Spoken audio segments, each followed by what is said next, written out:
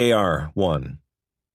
An uproar engulfed the conference room as Johnson was again assaulted by angry questioners in a virtual replay of the Horrigan Group's reaction.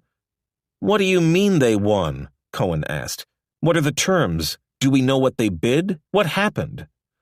"I can't tell you," Johnson said, "but I know the price is substantially above ours." Outraged, Cohen and the others pressed Johnson for more information. "I can't tell you much," Johnson said finally, "but I believe there's a $4 or $5 spread. I can tell you, you're not going to beat a $5 difference. They really brought in the heavy artillery." At Johnson's direction, Linda Robinson began calling reporters at 12:30. "It's over," she told one. "We're out of it. There will be no more bids." Peter Atkins got back to Goldstone at 12:30. "Look, Steve, I've discussed your views with our group," Atkins said. "All I can tell you is your views of fairness in this auction process are misplaced. The fact that your clients were high in the first round doesn't remove their obligation to bid high now. There is no question of fairness. And, Atkins made clear, no question of reopening the auction." "I can't say this strongly enough," Goldstone replied calmly. "You have a legal obligation to hear our second bid. The directors are obligated to do it. They simply can't turn their backs on us now. We want to bid again." Goldstone was right. In one regard, there were no rules governing the bidding process. What exists is a constantly changing body of law developed during a series of takeover battles in the mid-1980s. The cases, most decided by the Delaware Chancery Court, say volumes about the obligations of directors to run fair auctions.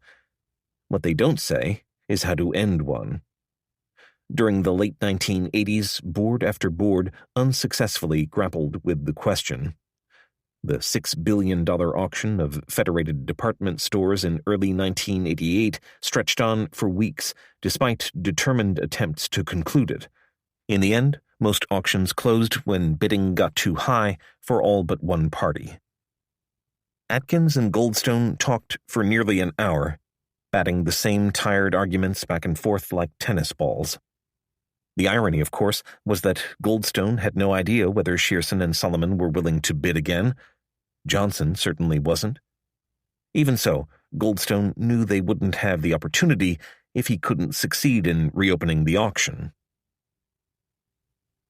Peter Cohen had too much on the line to give up now, no matter what Johnson said. Minutes after Johnson's call, he hit the phones, calling reporters and anyone else he could think of that might have information about Kravis's bid. He wanted to fight, but first he had to know what he was up against. Immediately, he picked up rumors about the composition of Kravis's bid. Apparently, Kravis had boosted his number by offering more securities than Shearson and less cash. At first, Cohen couldn't understand it. All along, Johnson, quoting Hugel, had repeated the same theme. Cash is king. If Kravis had crammed his bid with securities, Cohen figured, then somehow the rules had changed. Again. The idea of increasing the paper portion of a bid struck him. If Kravis could do it, why couldn't Shearson? Cohen got on the phone with his aide, Andrea Faraci, and ordered up a new set of computer runs, boosting the paper and lowering the cash. It was too early to seriously consider a new bid. That would come later, if at all. But to Cohen, it was clear they had to look at every option. Another thing was clear. Their decision to withdraw was premature. Cohen called Johnson and asked to hold off on any press release. "It's too late," Johnson said. "It's already out." "Look, it's kind of like an election night thing," Cohen said. "We don't know enough to concede yet. We probably did lose, but let's wait until we know more about it." "Shit, Peter, the goddamn deal is done," Johnson said, the irritation clear in his voice.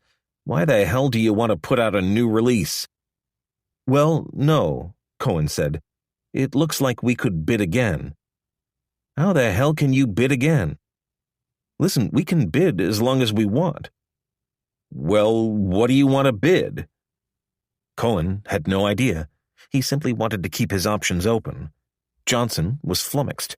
He couldn't understand how Shearson could possibly jumpstart the bidding at this late hour. He certainly had no desire to.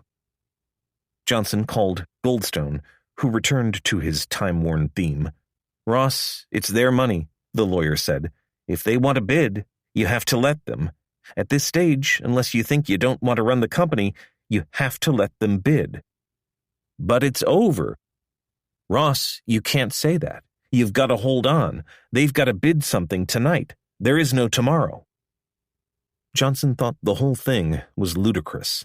It had the same dreamlike quality so much of the last 6 weeks had had. Reluctantly, he gave the okay to issue a new press release. At 1:30, an annoyed Linda Robinson began redialing reporters to rescind their early release. Some were already asleep. Only a handful of papers, including the New York Times, were able to shoehorn the news into their latest editions. As Johnson pondered this latest twist, Frank Benevento came hustling in, waving a new computer run. Benevento was excited. If the group cut the cash component of its bid, he said, it could drastically increase the securities portion. It could, in effect, increase the face value of its bid without increasing its risk. Johnson was skeptical.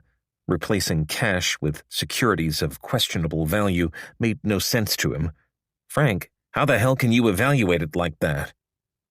You can't, Benevento said, but obviously they are.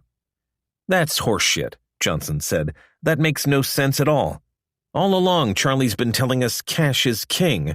Who in their right mind would see the world that way? Around 3 o'clock, Johnson left for his apartment, wanting nothing more to do with a buyout he half wished he'd never thought of.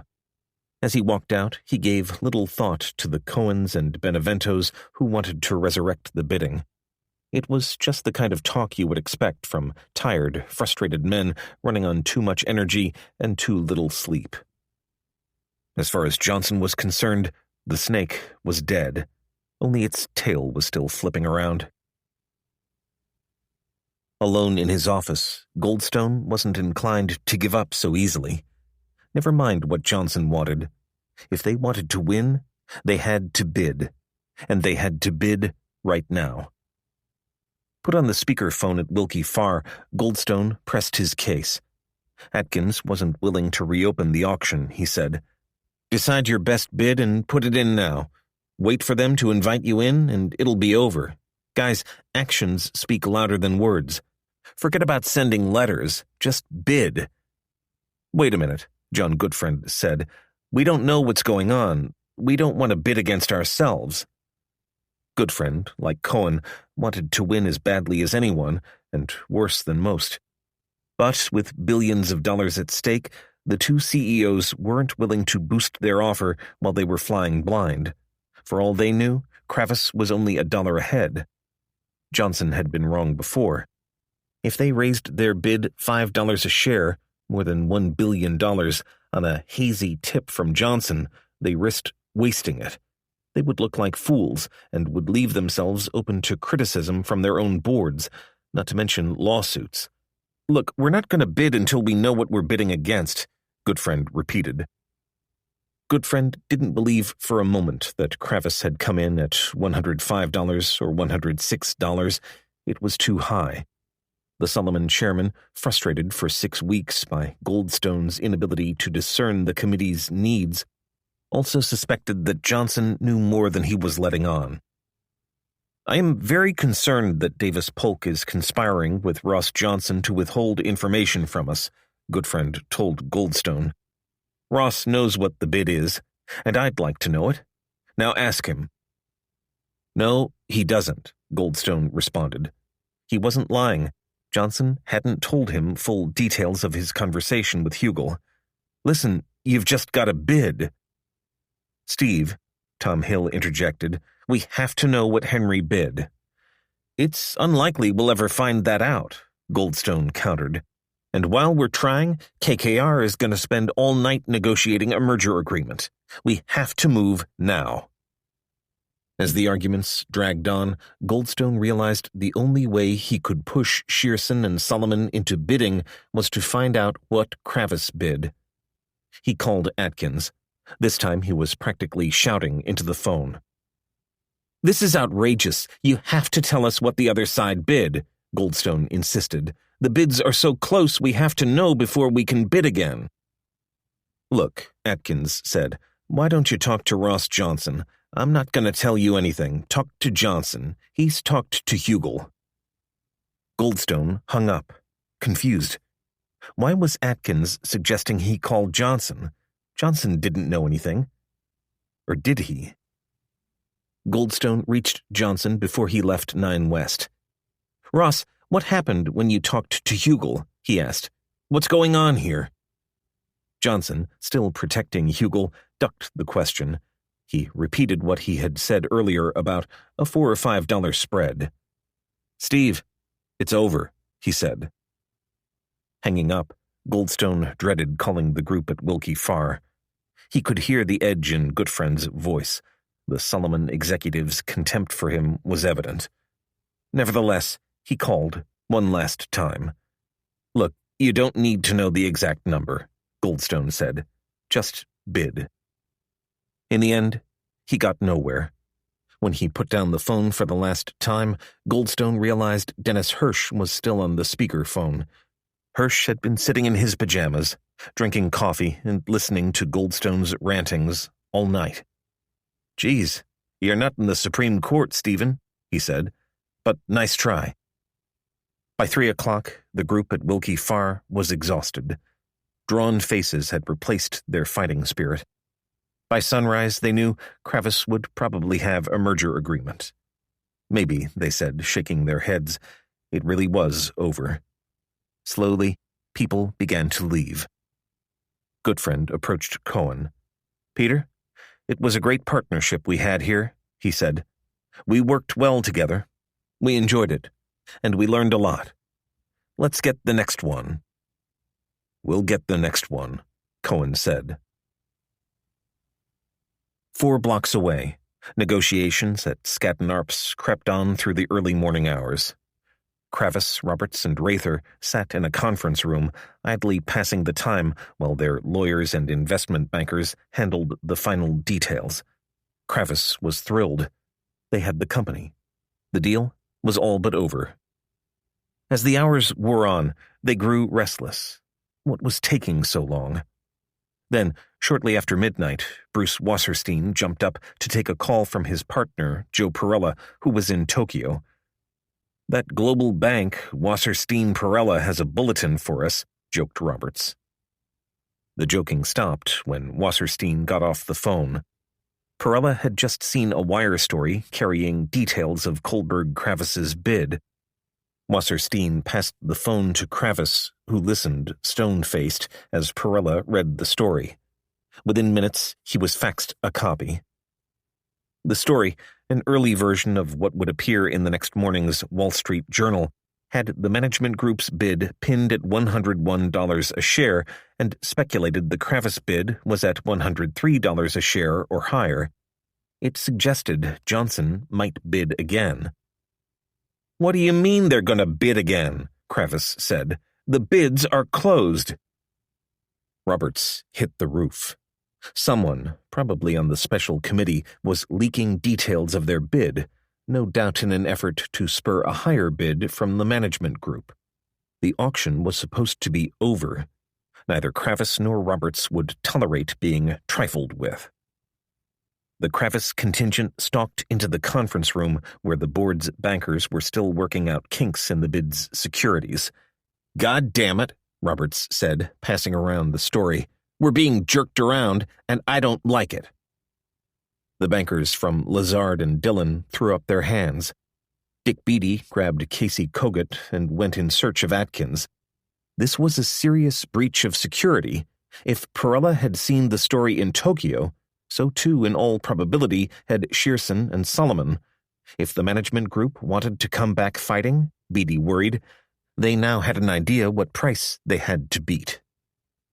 Beatty and Kogut were followed upstairs by a pair of the committee's bankers, Bob Lovejoy of Lazard and Fritz Hobbs of Dillon Reed, who were also irritated at the leak. For nearly half an hour, the four men waited outside Atkins's office. A Skadden lawyer, Mike Gazang, was guarding the door and refused them entrance. Finally, Lovejoy and Hobbs barged past Gazang and into Atkins's office. Inside, nearly a dozen Skadden lawyers stood around the room in the thick of a debate. Atkins sat behind his cluttered desk. Quickly, the two bankers were briefed on Goldstone's increasingly rancorous protests. Lovejoy, an ex-lawyer himself, was well acquainted with the lawyer's propensity for fingernail biting. He was far more concerned with the angry George Roberts he had left behind. "What the fuck are you talking to the management group for? We're not supposed to be communicating with them. We're supposed to be doing a deal with KKR. These threats seem silly. Why are you taking them so seriously?" Atkins didn't say much in response. He rose to go downstairs and deal with Kravis and Roberts.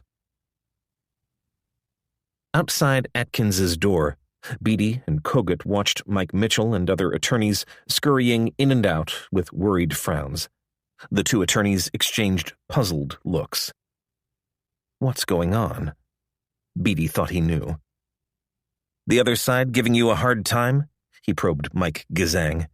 From Gazang's expression, Beatty knew Shearson must be counterattacking. When Atkins walked out a few minutes later, Beatty confronted him. "We have a few problems," Atkins said, motioning back to his office.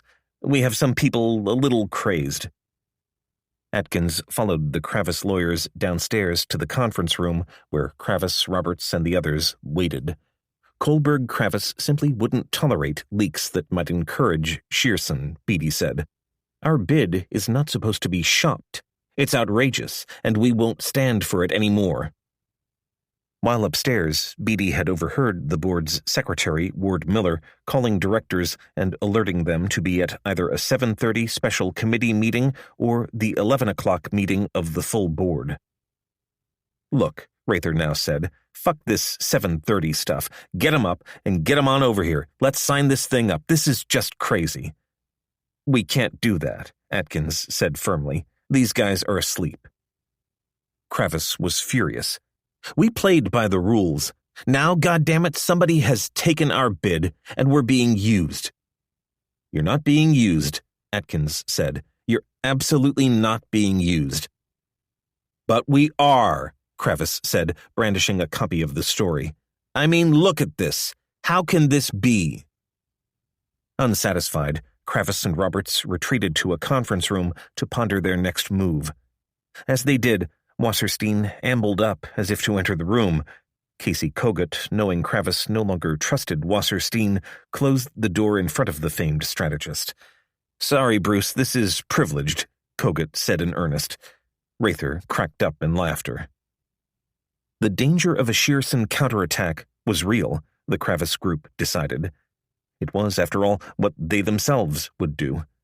It was impossible to stop Cohen from bidding, Kravis and Roberts realized, but they could hope to hurry the board by placing a deadline on their bid. They settled on 1 p.m., just 2 hours after the board meeting the next morning. It gave the management group an 8-hour window in which to attack. With any luck, Kravis bet, they had already given up.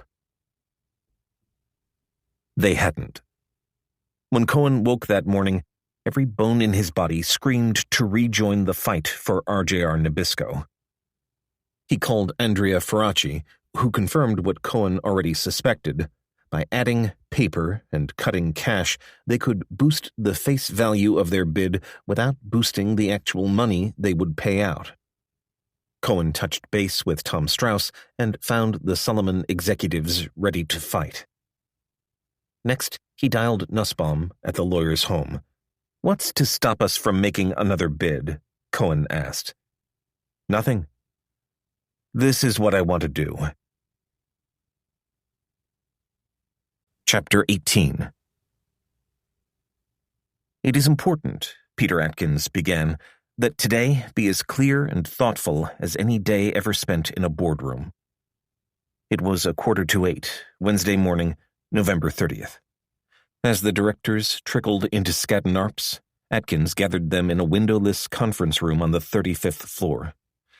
Nondescript modern art adorned the white walls at both ends of the room.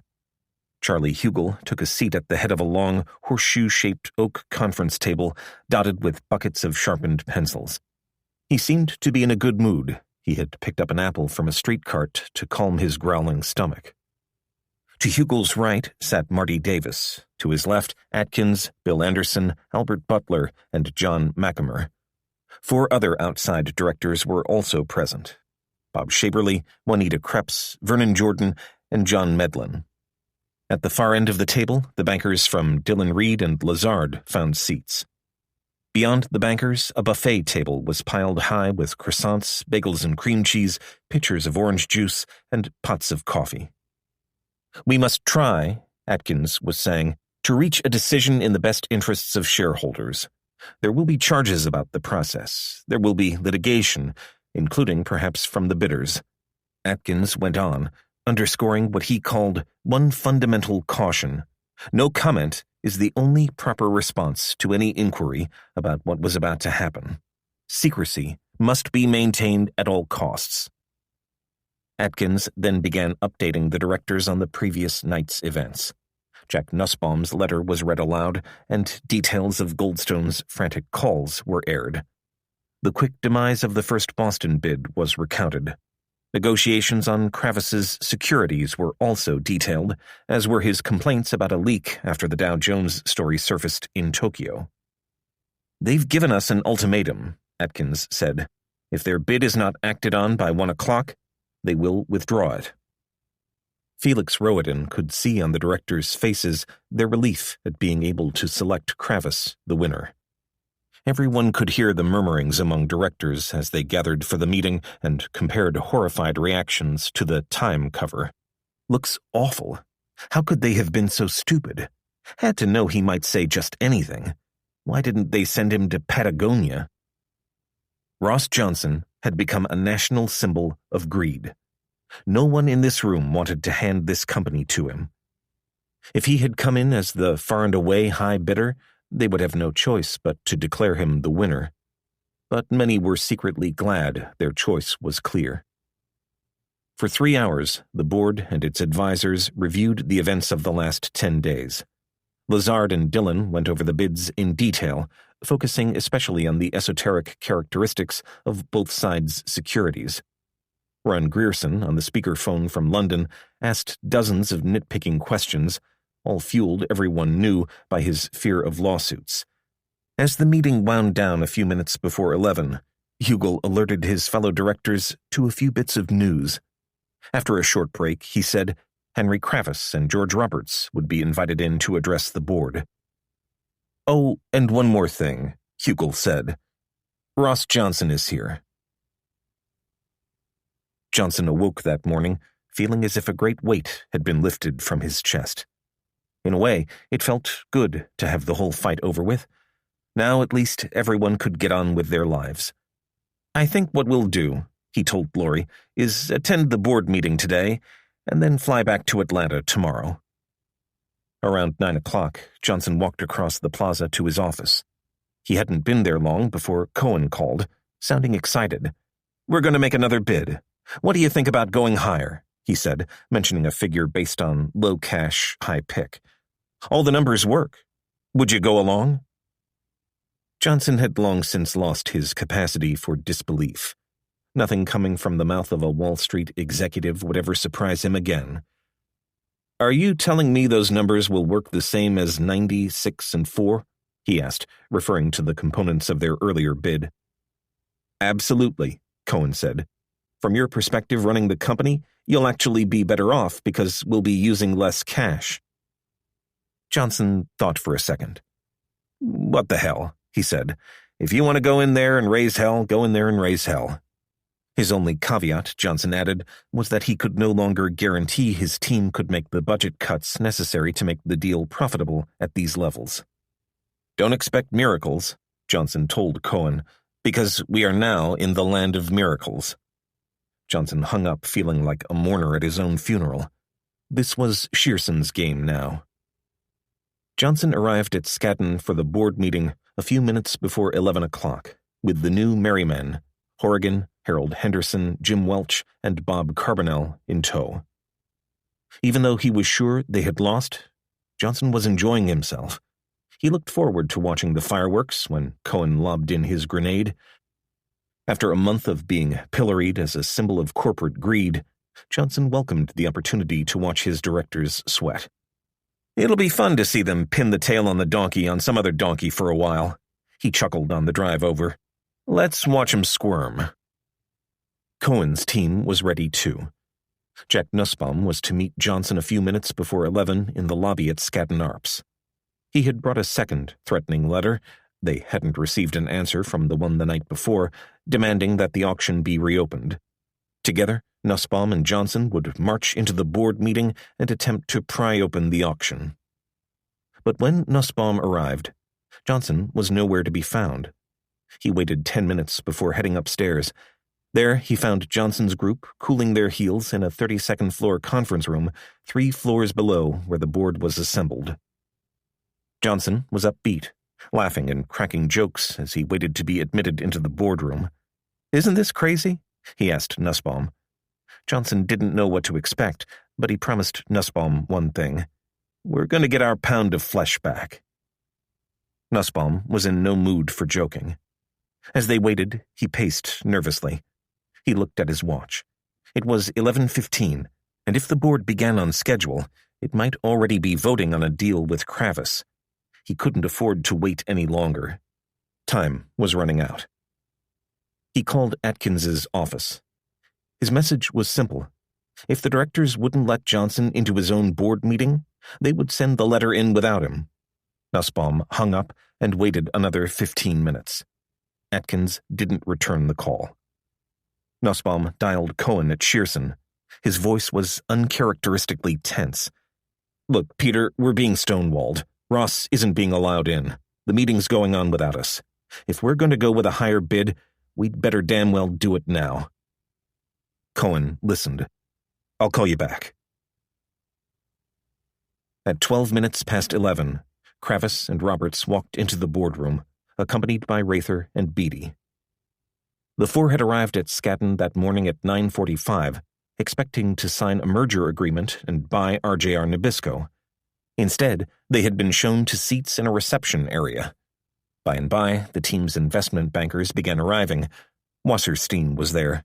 Gleacher came in, angry that he hadn't been invited the night before. Jeff Beck, back from his exile, was also there. After a while, Casey Kogut went in search of an empty office where Roberts, Kravis, and Rather could consult out of earshot of their talkative bankers.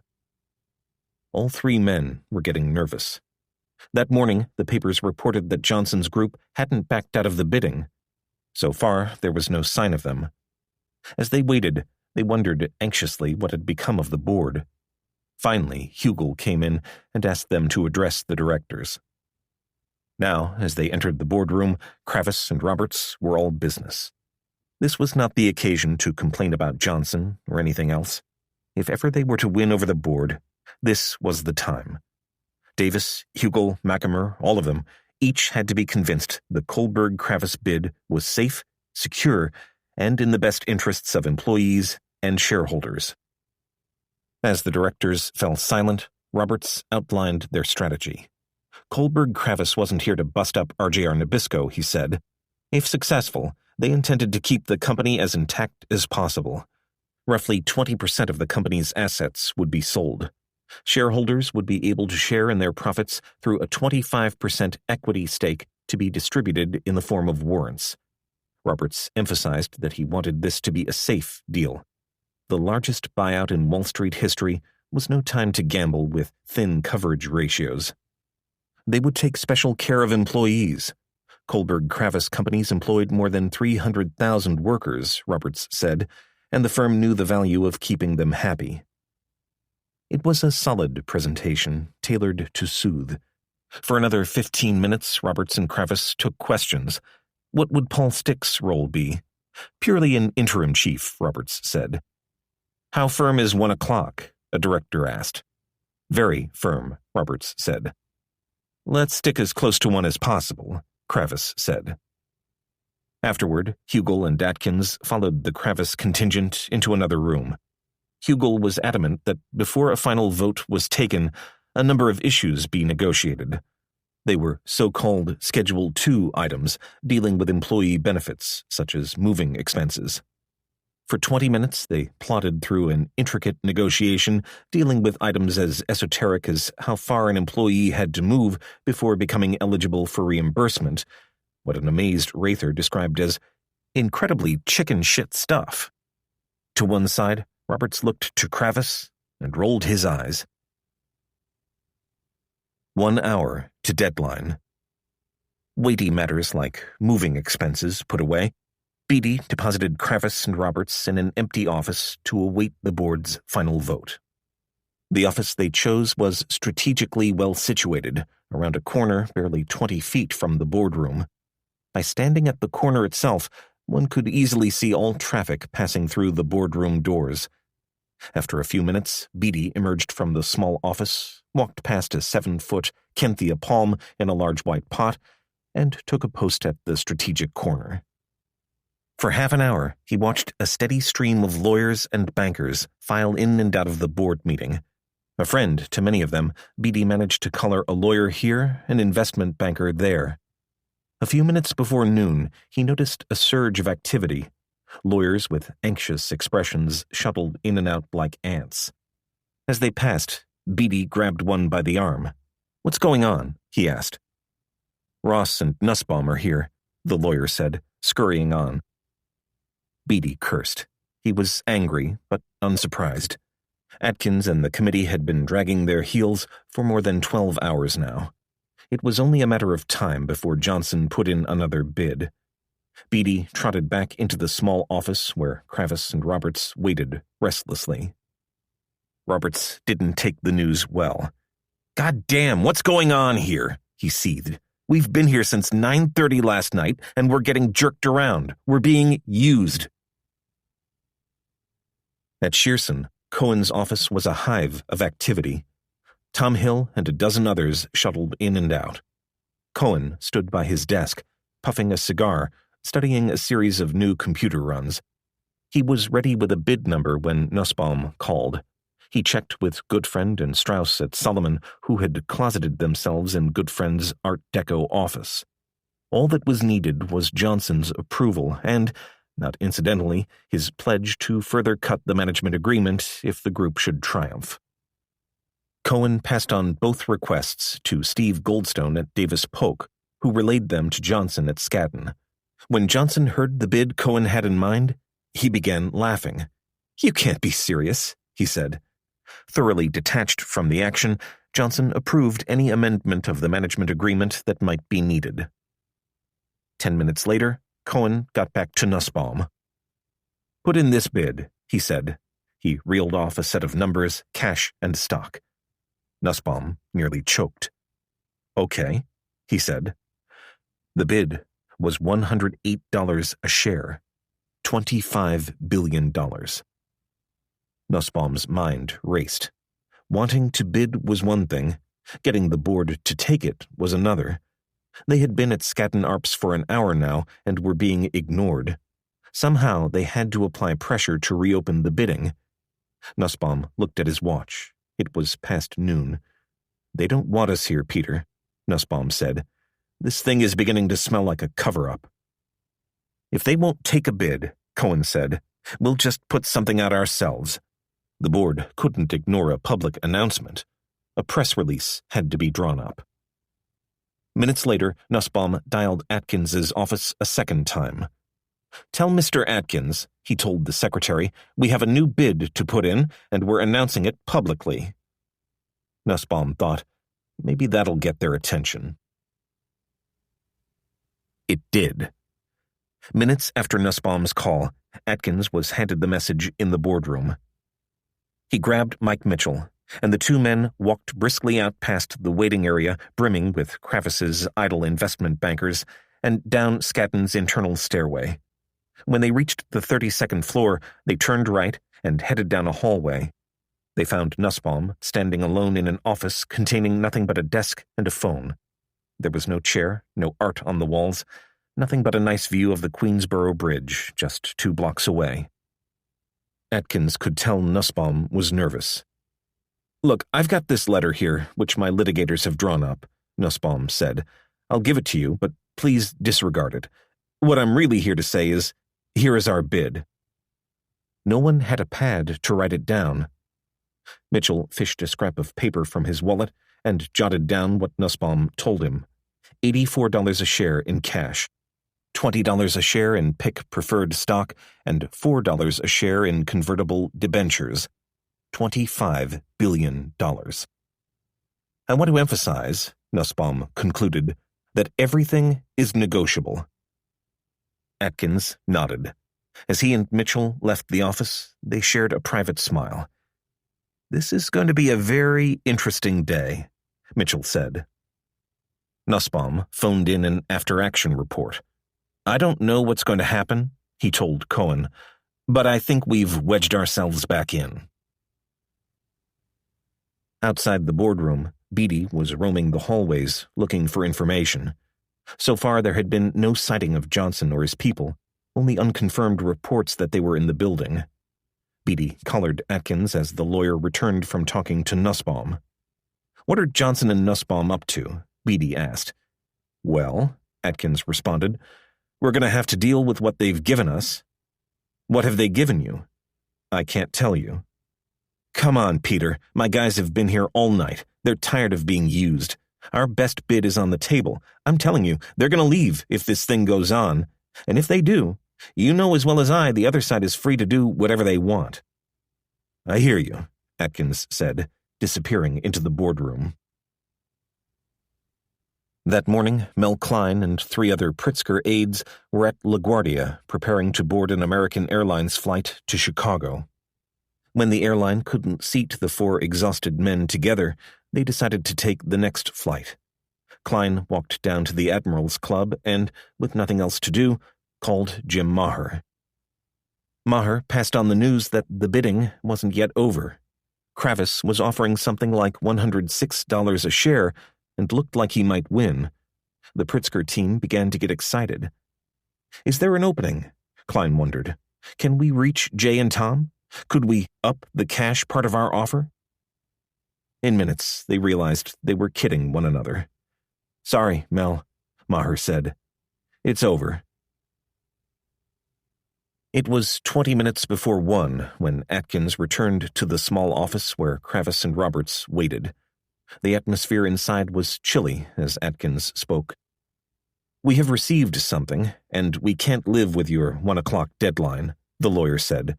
"We need an extension." "Absolutely not," Kravis said. Roberts's reply was equally sharp.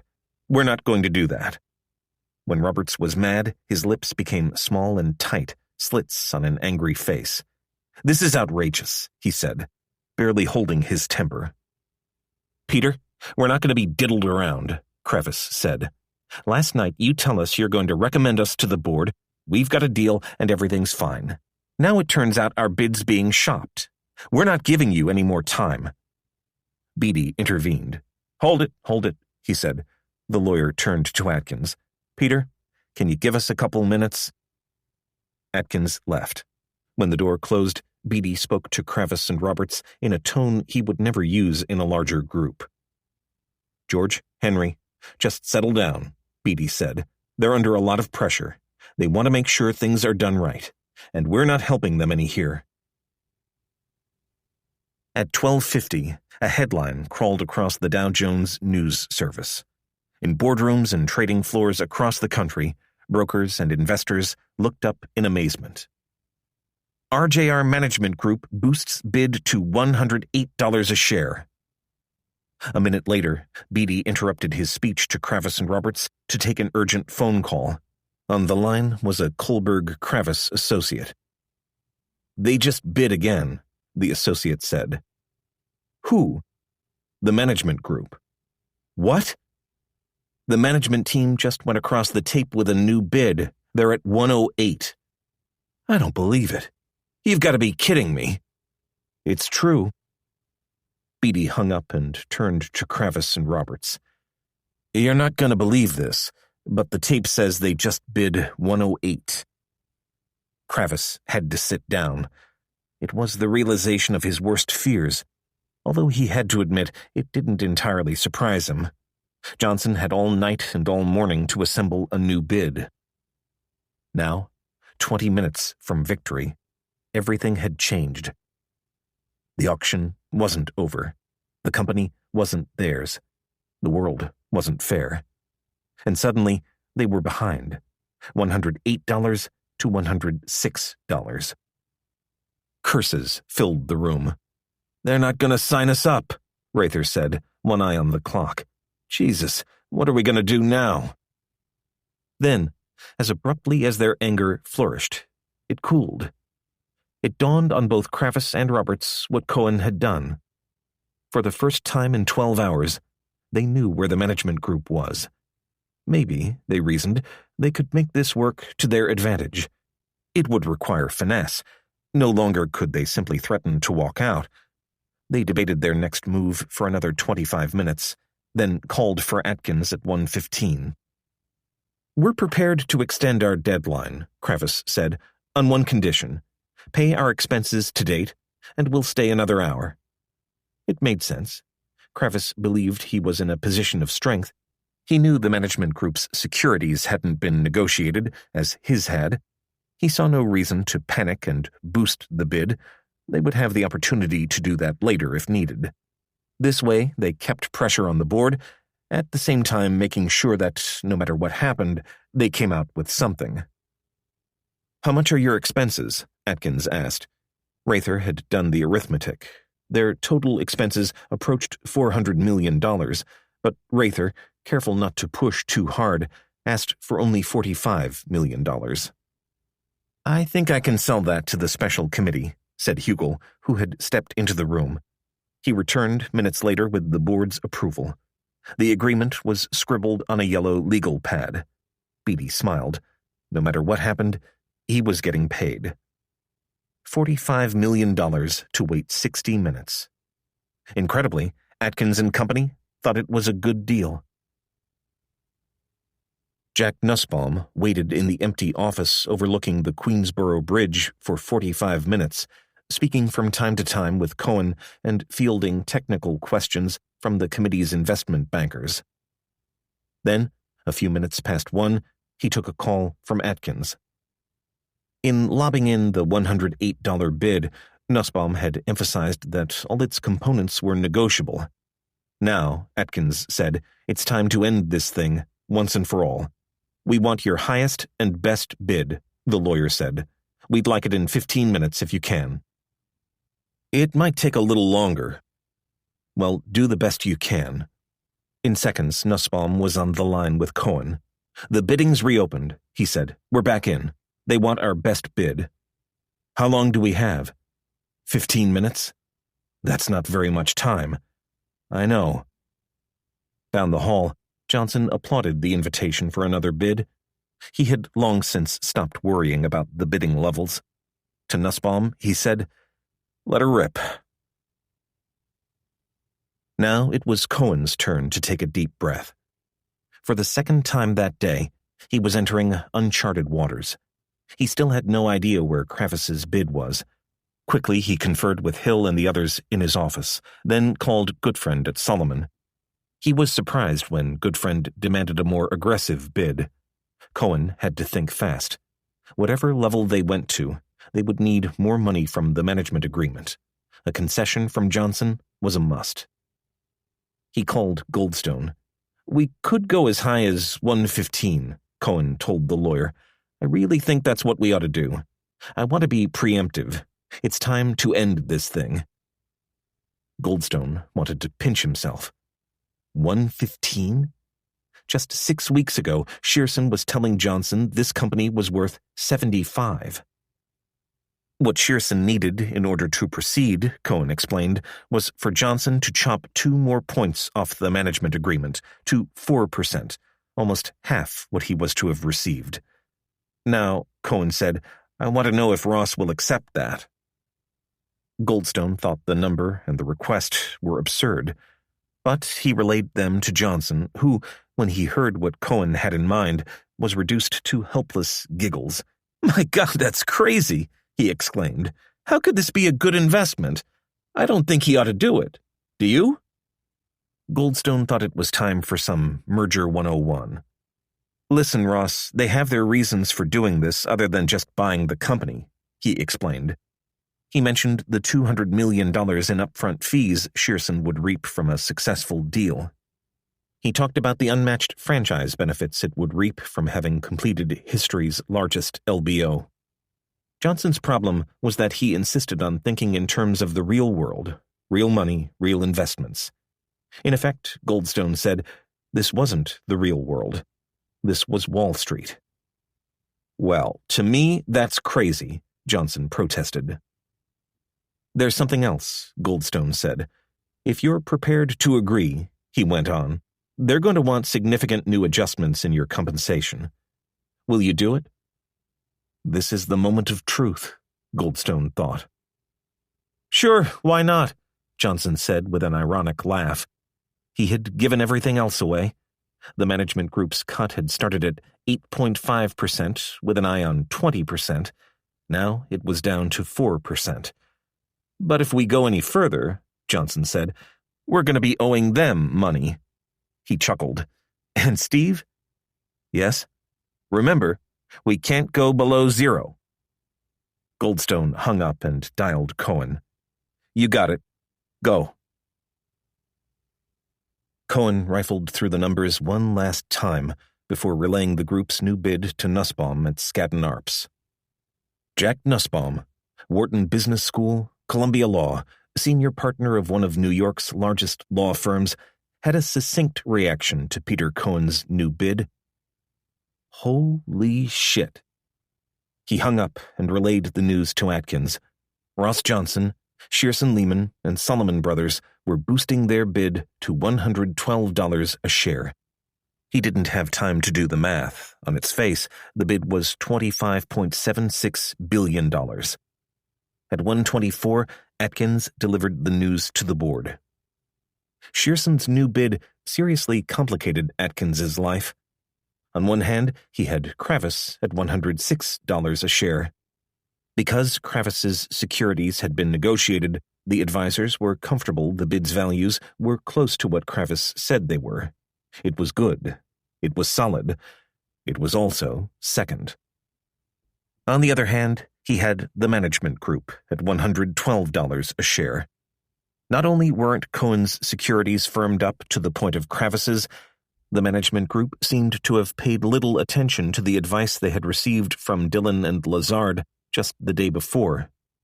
Their securities remained soft. That is, they included no reset mechanism that would guarantee they would trade where Shearson said they would.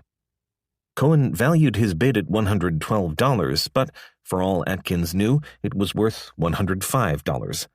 To determine its precise value would take time, and with 30 minutes until Kravis's 2 o'clock deadline, time was a luxury Atkins didn't have.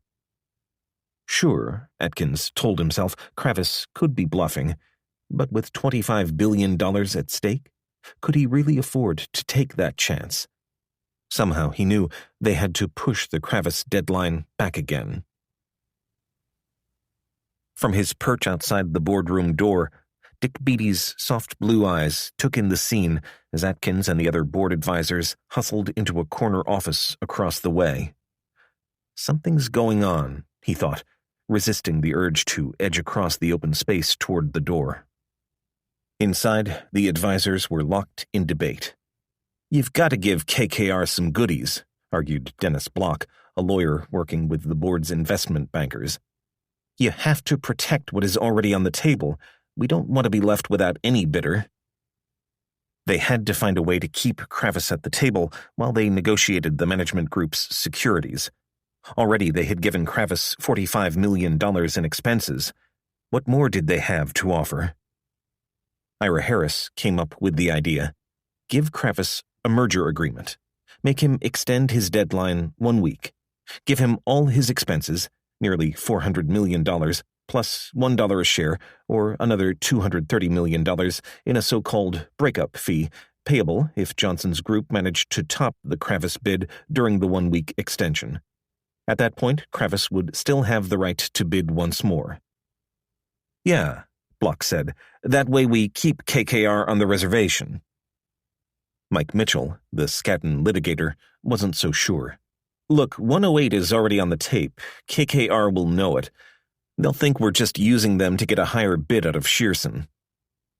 Mitchell's worry aside, it seemed the only solution. For Kravis, it seemed like a no-lose situation. He got a merger agreement and expenses and gave away nothing. But the best reason of all was apparent on every man's wrist. They were running out of time. A few minutes before 2 o'clock, Atkins led a small procession into the office where Kravis and Roberts waited. Atkins thought the two cousins looked as if they'd been carved from blocks of ice. Their jaws were tightly clenched, their expressions grim. Mitchell explained the proposal. Would they take it? Absolutely not, Kravis said. What the fuck are you talking about? We're here to buy this company. We want a deal. If we leave this office, we're gone. You can kiss us goodbye. As always, Beatty was the voice of reason. Where's the other side? He asked. Are you proposing something like this to them? No answer. Beatty should have known better. We saw on the tape management has gone to 108, Beatty asked. Is that right? Atkins knew his answer had better be precise. In no way could he let on that Cohen had charged ahead to $112. You shouldn't assume anything, he said. Beatty indicated they would need a few minutes to think about the proposal, and Atkins and company departed. Kravis thought Atkins was bluffing. Of course Cohen was still at $108. Why on earth would he have boosted again? Atkins was engaging in brinkmanship, Kravis decided, trying once more to squeeze the last penny out of him. If they matched the management bid of $108, Kravis felt they would win. We're going to win in a tie, Kravis said. We've got better paper, and you know we've got better credibility than Johnson. You know the board is pissed at him after this time thing. A tie will win. If they pressed hard now, Kravis was willing to bet, the board would be forced to capitulate. Their bid was the bird in hand, and the board couldn't risk losing it. Rather and Ted Ammon came up with the extra $2 a share, an extra $1 in PIK paper, and an extension in the redemption period of their debentures. It was financial hocus-pocus, they knew, but the board didn't have time to argue. If Kravis said it was worth $2, the board would believe them. At 5 minutes past 2, Atkins was summoned. Peter, Kravis said, we're not going to accept your offer. The lawyer wore his Buddha's face. No reaction there. Do you want to do anything with your bid? Atkins asked. Kravis explained how they proposed to boost the bid to $108 from $106. When Atkins left, Kravis and Roberts expected a decision from the board within minutes. Atkins and the board advisors were stunned. They had been convinced that Kravis would jump at their offer. Now what? At 10 minutes past 2, Hugel brought the board meeting back to order. KKR just came in with its latest proposal, Atkins announced. $80 a share in cash, $18 a share in preferred stock, and $10 a share in debentures securities. Dennis Block noticed something. Any time restrictions? He asked. Atkins thought for a moment. No. It was a stroke of luck. Kravis and Roberts had forgotten to lay down a new deadline. Lazard and Dillon would need several hours to evaluate the securities in the management group bid. Thanks to Kravis's oversight, they now had them. But first, there was the question of the merger agreement. If the management group was to be taken seriously, the board needed assurances Cohen would consent to the same agreement, including the so-called Schedule 2 items that Kravis had. A letter of agreement was drafted for Nussbaum to sign. If they don't sign the letter, Hugel said, we go with KKR. If they do sign, we have to get advice about what to do. Mike Gazang carried the message down to Nussbaum on the 32nd floor. It was scrawled in 21 lines on a yellow legal pad. Nussbaum read it, then called Cohen, who arranged a conference call with Goodfriend and Strauss at Solomon Brothers. The agreement was quickly agreed to, and after making a few minor changes, Nussbaum handed it back to Gazang. Not only was Kravis's perch well suited for monitoring traffic into the boardroom, it lay astride the shortest route to the men's room. Throughout the day, whenever a director would walk past, Kravis would dispatch an associate to stand beside him at the urinals and strike up a conversation. The urinal patrol finally paid off when Roberts cut off Hugel and Vernon Jordan en route to the facilities. It was past 3 o'clock, and Kravis and Roberts had been waiting for nearly an hour. "What the hell is going on?" Roberts asked. "The board hasn't begun deliberating on your bid," Hugel said. "What do you mean?" Roberts was stunned. Roberts was so angry he followed the 2 board members into the bathroom and, as Hugel and Jordan attended to matters at hand, continued to badger them. "If the board hasn't been meeting, what the hell have you been doing in there?" he asked. Hugel was vague, mumbling something about legal delays. Moments later, he and Jordan emerged, Roberts a step behind. Kravis was waiting for them. "What the hell is going on?" he demanded. Double-teamed, Hugel paused. "Come on, guys," he said. "Just give us some more time." "This has gone on long enough," Kravis said. "We'll get it resolved," Hugel said. "It's going to be done." "How long is this going to be?" Kravis asked. "I need 2 hours. Just give me 2 hours. We'll get it done." Hugel smiled and motioned at Jordan, who at well over 6 feet towered over the diminutive financiers. "I got a big guy here, in case Ross gets out of hand," Hugel said, smiling. Down on the 32nd floor, Johnson and the remaining members of the management group spent the afternoon cracking jokes and trying to keep abreast of the events hurtling past them. As the hours passed, they found themselves marveling at the ways of Wall Street which had led their great adventure so far astray. Of particular interest to Johnson were the many uses the bidders had found for the strain of junk bonds known as pay-in-kind securities, or PIK. The management group's decision to pile on the PIK in place of cash still boggled his mind. "Hey," Johnson said, "why don't we start a new company and it'll be all PIK? I wonder if I could pay all the advertisers or buy space and time. Think we could do it in PIK?" "I mean," Johnson went on, "we have found something that's better than the U.S. printing press, and they've got it all down here on Wall Street, and nobody knows it's going on. I wonder if the World Bank knows about it. You could solve the third world debt crisis with this stuff. It's a brand new currency." Johnson was in hysterics by now. He mimicked a printing press. "Chikoon, chikoon, chikoon, just print it and let her fly." They could devise a charter for their new company, Johnson said, call it PIK Associates, and it would include what Johnson dubbed the 3 rules of Wall Street. Never play by the rules, never pay in cash, and never tell the truth. In the boardroom, Hugel and the directors now pondered the question of valuing the management group's securities. No one looked forward to lengthy negotiations. Dennis Block had a suggestion. Cohen had already agreed to duplicate Kohlberg-Kravis's merger agreement. Why not see if they would agree to duplicate its securities as well? Block wrote a letter on a yellow notepad, and Bob Lovejoy of Lazard ran it down to Nussbaum. After a few minutes, Lovejoy re-entered the boardroom. No deal. The board was in a quandary. 3 hours earlier, it had been on the verge of giving RJR Nabisco to Kravis and Roberts. Even with Johnson at $112, it was clear that every director in the room still wanted to go with Kravis. The only problem was the scoreboard. Johnson, 112, Kravis, 108.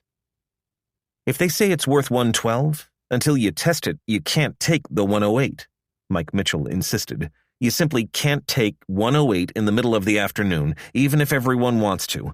We have to go back to the management group and find out if it's really worth 112. The pressure was intense. and it affected each director differently. Charlie Hugel's gout flared up, causing him to limp about like a cripple. He'd forgotten to take his gout pills.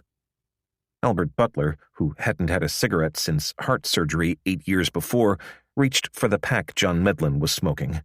"For God's sake, give me one of those," Butler growled. The two North Carolinians soon finished off the pack and began bumming smokes from others. In the end, they had no choice but to negotiate with Cohen's people. At 10 minutes to 4, Luis Rinaldini of Lazard reluctantly led a team of investment bankers downstairs to begin discussing the management group's securities. Restless, Kravis and Roberts went for a walk. Together they left the building, strode south down Park Avenue, then turned right and headed back to 9 West. As they strolled, Roberts tried to see what cigarette brands passers-by were smoking. A few were puffing Winstons or Salems, but twice as many seemed to prefer Marlboros. "Well, 1 out of 3 isn't bad," he quipped. Returning to his 42nd floor office, Kravis returned some phone calls, including one from Jim Maher at First Boston. "I had called to congratulate you," Maher said when he came onto the line. "I came back to the office because I couldn't deal with it any longer over there," Kravis said. Kravis was tired but gracious. "Listen," he said, "without you guys, we wouldn't be in there. Thank you very much." "Just remember that," Maher said. Kravis and Roberts returned to Skadden Arps around 5 o'clock. Dick Beattie, his lower back aching from an old football injury, was sprawled out on the floor, asleep. Paul Rather had tried to read the Wall Street Journal, but was forced to move to another room to escape Beattie's snoring. "Have you seen anybody? Heard anything?" Kravis asked. "Not a thing," Rather said. Roberts rousted Beattie and sent him on another scouting mission. "God damn it, Dick, go find Peter Atkins," he said. "This is ridiculous." Minutes later, Beattie managed to collar Atkins in a hallway. "Peter, these guys are going to leave," he said. "I'm not kidding you. They'll walk out of the bidding. They will." "Dick," Atkins said, "tell them to remain patient." Beattie resumed his post outside the boardroom. A steady stream of investment bankers was hustling between its double doors and the nearby staircase. It dawned on Beattie that the board must be negotiating with Cohen and Johnson. When Kravis and Roberts heard that, they came to see for themselves. Just as they did, the board broke. A number of directors emerged and headed for the men's room. Bob Lovejoy, the Lazard banker, meandered over to speak with Roberts and Rather. "I know it's going slow," he said, "but we're getting there." George Roberts had had enough. With every bit of anger he could muster, he tore into Lovejoy. "What the fuck is going on? You're screwing us. We know what you're doing. You're down there negotiating with Johnson. I won't stand for it." Stunned by the unexpected onslaught, Lovejoy tried to calm Roberts. "George, you're wrong. You have my word. We're negotiating in good faith with you. You're not being placed at a disadvantage. You're actually in pretty good shape." "It sure doesn't look like that to me," Roberts said. "Put yourself in my shoes. We've been here since 9:30 last night." Moments later, Lovejoy beat a swift retreat. "Jesus Christ," Rather heard him mumble. "I'm sorry I came over here." 5 minutes later, Lovejoy sought out Kravis and Roberts in an empty office. He had Felix Rohatyn in tow. Clearly, Roberts's speech had had an effect. "We're not negotiating with Johnson," Rohatyn assured Roberts calmly. "We're just trying to understand where he is. We're just getting clarification." Fuming, Kravis and Roberts sat back to wait. Again. 3 floors below, Johnson, growing restless, also took a walk around the block, his now not-so-merry men in tow. As he left, he saw the worried faces of Nussbaum and the others involved in negotiating securities with the board. By now, the lawyer had been reinforced by Steve Goldstone, Shearson's Jim Stern, and Chas Phillips of Solomon. Johnson didn't intervene. "I wouldn't know a reset," he cracked, "if it shook hands with me." By 7 o'clock, Johnson had had enough. He asked Goldstone whether he was needed. When the lawyer said no, Johnson's group prepared to go to dinner at one of Horrigan's favorite restaurants, Scarlatti, on East 52nd. Before leaving, Johnson called John Martin, who remained behind at 9 West. "What are our chances?" Martin wondered. "They're not going to give it to us," Johnson said. Minutes later, Johnson emerged from the building's lobby into a gaggle of television cameras. "Who won?" reporters shouted. "Who won?" "The shareholders," Ross Johnson said, not missing a beat. To those inside the boardroom, it seemed as if the Kravis contingent had been slowly creeping toward their door all day. To leave the room meant running a gauntlet of Kravis people. Going to the bathroom, Albert Butler observed, was like facing a receiving line. Most directors stayed put rather than venture outside. Finally, Hugel could stand it no longer and made a break for the men's room. At a urinal, he found himself standing side by side with the young Kravis associate, Scott Stewart. "So, how's it going in there?" Stewart asked. Hugel's first impulse was to throw up his hands. Who knows? But to do so might have caused an embarrassing accident. "Don't worry," Hugel said. "It'll be over soon." The board reconvened at 6:10. Luis Rinaldini ran down their progress with the management group. In general, they agreed to what the board sought, with one major exception. Cohen and Goodfriend refused to put a reset on their bid's securities, fretting that it would lock them into guarantees that could cost them tens of millions of dollars. They insisted instead that Shearson and Solomon would use their best efforts to guarantee the securities traded at their stated values. Felix Roaden summed up the situation for the board. "We have 110 plus with a problem on the reset versus 108. But without that reset, 110 starts to erode. I'm not sure that either firm, Lazard or Dillon, is ready to give you an opinion that the management offer is ahead.